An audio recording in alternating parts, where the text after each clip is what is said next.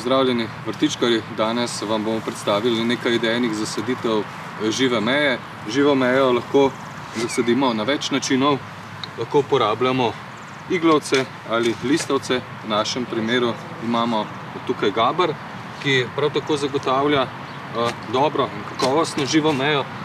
Seveda pa pri izbiri listavcev je kar veliko izbire.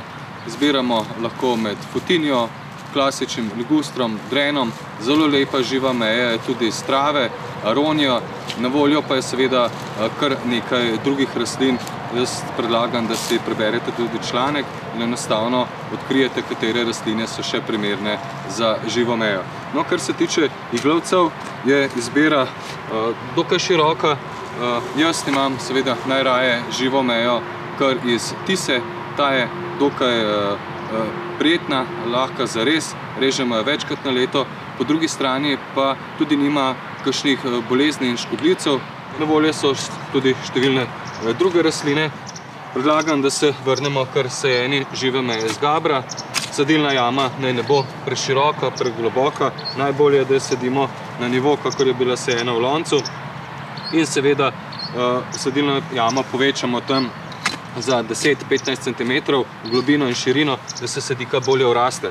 Seveda pa v samo sadilno jamo dodamo tudi zelene kocke. Zelene kocke imajo več vlog.